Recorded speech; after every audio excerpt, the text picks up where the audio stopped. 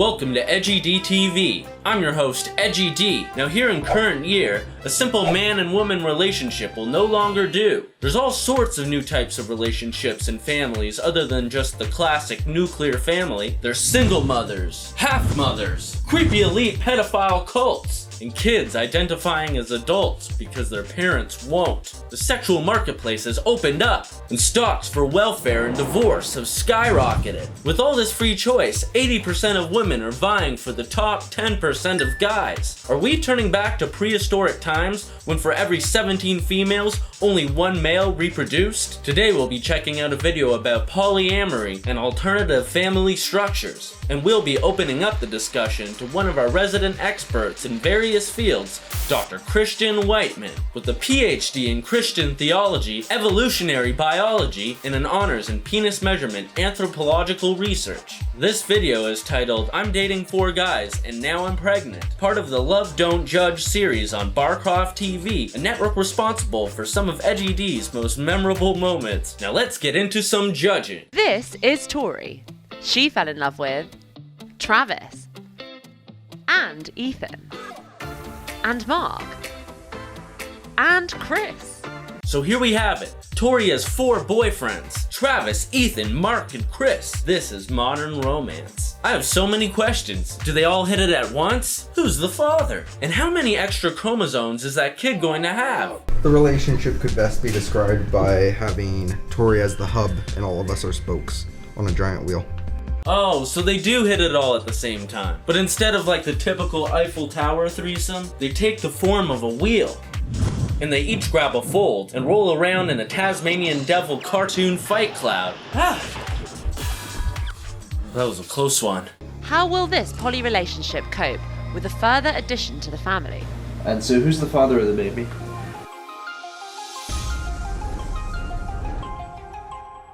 Jesus Christ. God damn, this is suspenseful. EdgyDtv is now Maury for soyboys. I'm still up in the air about who I think the father is. Let's go to our guest Dr. Whiteman and see what he thinks. Well, Edgy, we've already seen signs of Travis's alpha male status in this relationship. Notice how Travis, despite being physically separated from Tori, reaches his arm across Ethan in a bold power move. Also note how he is using his large incisor teeth to bite down on his own hand, possibly due to some form of autistic catatonia, but it also serves as a warning sign to the others that he is ready to attack if any of them attempt to transgress his alpha male status, presumably with a spastic bite attack. So then this is mine and Travis's room. This is the master bedroom. This is the room that has the bigger bed that people will swap in and out of every night just so that everyone can get equal turns, you know, sharing a bed. So Travis has the master bedroom privileges. This is a good indicator that Travis is the most alpha and therefore impregnated Tori with his alpha seed. The first polyamorous relationship I had been in was actually with Travis and Ethan. And Travis was the one who had brought up the idea to me. Wow.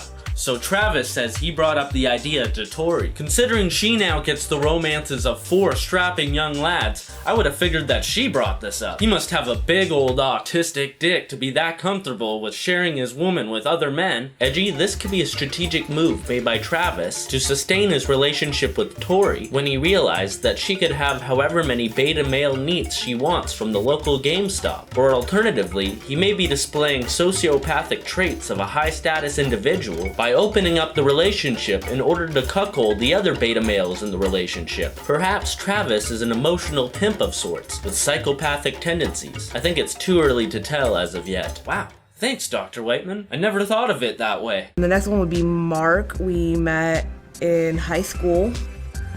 And then Chris is the newest addition. We've been dating since April. So these are the 4 candidates for Father of the Year. Dr. Whiteman seems to think that Travis may have an edge. Ethan seems to be depressed and depleted of serotonin, indicating his lower status in the lobster hierarchy. Dr. Whiteman, what do you have to say about these 2 fatherly candidates? As far as the alpha status of these men, Mark clearly has a size advantage, but his demeanor is passive and soy-ridden, as well as having enlarged mammaries, suggesting low levels of testosterone. Chris, on the other hand, is a ginger. So these 2 men, in my opinion, are unlikely to be the biological father. Are you all quite competitive when it comes to games? Yeah. Yeah. Yeah.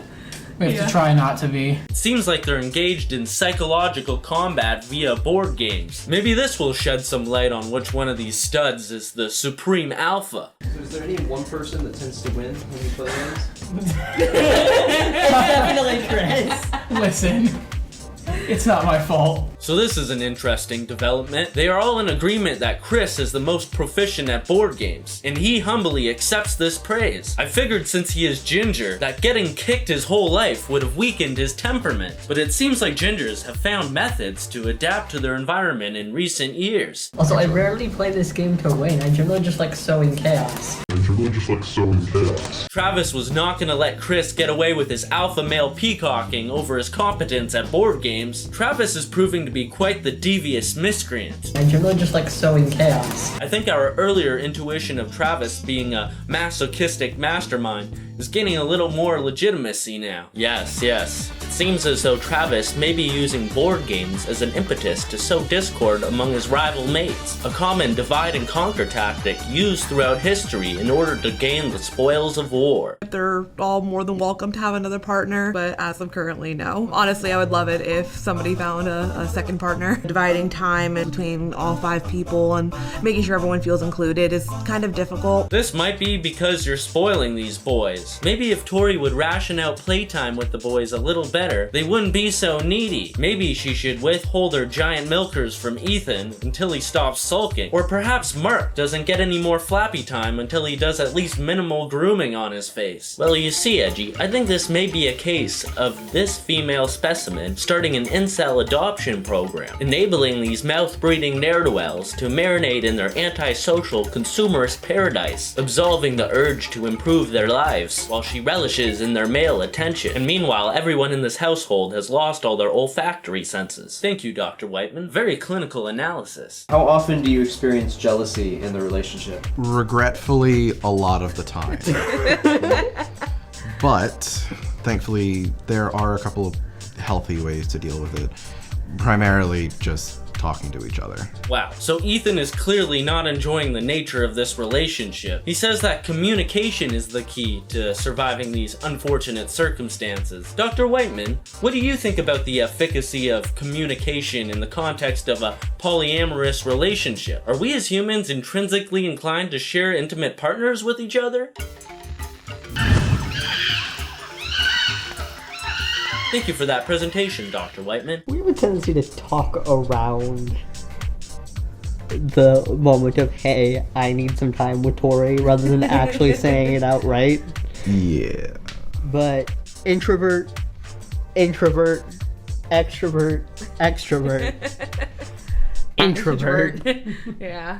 So only 2 of us are actually any good at open communication. Travis appears to be pulling another alpha power move, labeling everybody's personality types, establishing the frame of the relationship so that he can manipulate it to his advantage. It helps if you know the person. An example, seeing her with Ethan, a lot easier because I was friends with him. Once again, Travis does not appear to fear Ethan as a potential threat. It's difficult to understand why as of yet, but I bet we'll find out some more soon. Her and Chris was a bit dicier at first. There was a lot more jealousy, and I'll openly admit that. Once again, Chris has come into the equation. Him and Travis seem to be having an underlying contention for alpha male status within the group. I've never been with the idea of monogamy, so I've always looked for a polyamorous relationship. So once again, Travis claims that this was his idea, but now it may start to backfire for him as a new alpha contender steps into the ring. That's correct. Travis seems to be more of an alpha male of the dark triad personality type. Through his devious plots to pimp and cuck the other members of this relationship, he is exhibiting narcissistic, Machiavellian, and psychopathic tendencies. However, now he faces the challenge of a more natural alpha, Chris, who, although he is built like a gopher, is still the least repulsive looking of all these specimens. Would you ever consider a romantic relationship with each other? I'm open to it, but I'm not gonna go after it. Ethan and I sorta tried back in high school, and that kind of flopped really fast. So it seems like the reason why Ethan is so unhappy is because back in high school, the sexual villain Travis sodomized poor Ethan, and now he's continuing his abuse on poor Ethan by dragging him into this relationship in order to further humiliate him. Allegedly. This is all just my probably accurate analysis. And now this 5-way relationship is about to be joined by an additional member. So I am currently about 23, 24 weeks pregnant. We found out a couple weeks ago that we're having a girl. Ooh, that's not good. We've got 4 horned up nerds with 1 woman who's probably in a perpetual state of being too tired. One of the guys is a sexual villain, and now they're bringing a daughter into this? I don't even want to go there. What do you think of this situation? Critically acclaimed comedian Brendan Schaub? Dicey! Whoa! And so who's the father of the baby?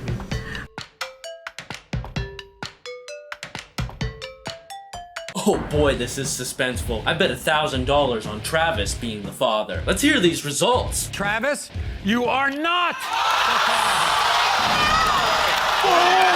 Fuck! Chris, you are the father! God damn it, how could you, Travis? I figured that even if Chris was fucking Tori at the time, you'd figure out a way to slip your dick across him and enter her. I mean, you know how it's done. Travis, you disappointed me. Yes, it seems that Travis's alpha male joker flexing was merely a ruse, and there is actually no bite behind those gnashing choppers of his. So Chris is the biological father. We just know that because of timing. But as far as, I guess, socially goes, we're all raising the baby together, so everyone's dad. If any of these soy boys had any sense in them, they'd run to the hills before they get financially entrapped in this dumpster fire of a family. So Chris, how do you feel about everyone operating the role of dad? It's definitely a little interesting. I mean, I grew up with the idea of, one dad, one mom. But there's a lot of support between all of us dads. I think I'm starting to see what's going on. She's now got 4 baby daddies who are gonna willingly hand over their GameSpot paychecks to pay her bills. Pretty brilliant if you ask me. I thought this Chris guy was alpha, but I'm starting to think he's just a fucking fool. Maybe Gopher Boy is too naive, and he doesn't realize that he just got played by the real alpha, Travis, who's now not even biologically or financially responsible for the child. Yes, Edgy, perhaps these are indicators of a Trumpian 4D chess exhibition of the dark triad personality type, narcissism, Machiavellianism, and psychopathy. Perhaps Travis has been lurking on the now quarantined red pill forums. I always joke about the idea of getting stuck in an endless loop of go ask your dad. This is a terrible idea. We have 4 dads, but no men. Who's gonna discipline this child? Clearly all of these guys would be too spineless to do it. Travis probably could, but biting is probably not an appropriate form of corporal punishment for a child. That's correct, Edgy. Recent liberal legislature has made it illegal to use corporal punishment on children, so that's why the Bible states, "Thou shalt beat thy children with a phone book as to not leave any bruises. Amen." Thank you for imparting your ancient wisdom upon us again, Dr. Whiteman. My family is kind of quiet about their disapproval. Well, that explains a lot. The relationship was also met with mixed feelings by Tori's closest relation. I will admit that since I'm her older brother, that I just have that tendency, I suppose, to be protective. What? This man has gigantic tits. What the fuck were the parents feeding these kids? I wasn't expecting the pregnancy. That one was a little bit of a shocker for me. That protective older brother. Wow, I think Tori's older brother, Alistair, might be the most alpha in this group. She seems to be more masculine than all of them combined. Edgy, notice how he walks at the head of the pack in order to protect his sister's child from any potential external threats. He is clearly the alpha male of the group. Chris may have planted the seed, but can he protect his blooming child from the temperamental elements of society? He seems to be the only one who is legally obligated to spend his time and resources on this wonky wheel that is this polyamorous train that they're running. All the others still have a chance to leave, but will they? I fear they will not, Edgy. Man is born with an intrinsic repulsion to spending their time and resources on a child that isn't biologically theirs. These men have suppressed this shame, and now their lives have been reduced to a sociological sideshow. They could be each raising a family of their own, but instead they have forfeited their independence and ability to be fruitful and multiply, living together in one house, eliminating the nuclear family, and succumbing to the consumerist dystopia of globalism, all triggered by the breadcrumbs of pussy given out periodically by the communist dictator Tori. Wow, that was a compelling statement. Any last thoughts before I let you go? Yes, Edgy, one more thing. Not only are they violating nature by subjecting their future children to these unnatural circumstances, but what they are doing is also a sin. And if they choose to continue without repenting, Edgy, they will burn in hell. 1 Corinthians 7:2 states, "But because of the temptation to sexual immorality, each man should have his own wife, and each woman her own husband." It's Adam and Eve, not Tori and Chris and Travis and Ethan and Mark, or whatever in God's good fuck this is. No, the power of Christ compels thee. Thank you, Dr. Whiteman. Now, there's no better time than now to remind you guys, if you like this video, smash that like button, subscribe if you haven't yet, and if you have subscribed, then hit that fucking notification bell, okay? If this video gets 100 likes, I'll join Tori's polyamorous family and live stream board game night while we play Naked Twister together. I know you guys want to see that. Now I'm gonna play this video out with a little bit of an outro, showing what our good friends have been up to since we started this investigative report. Enjoy.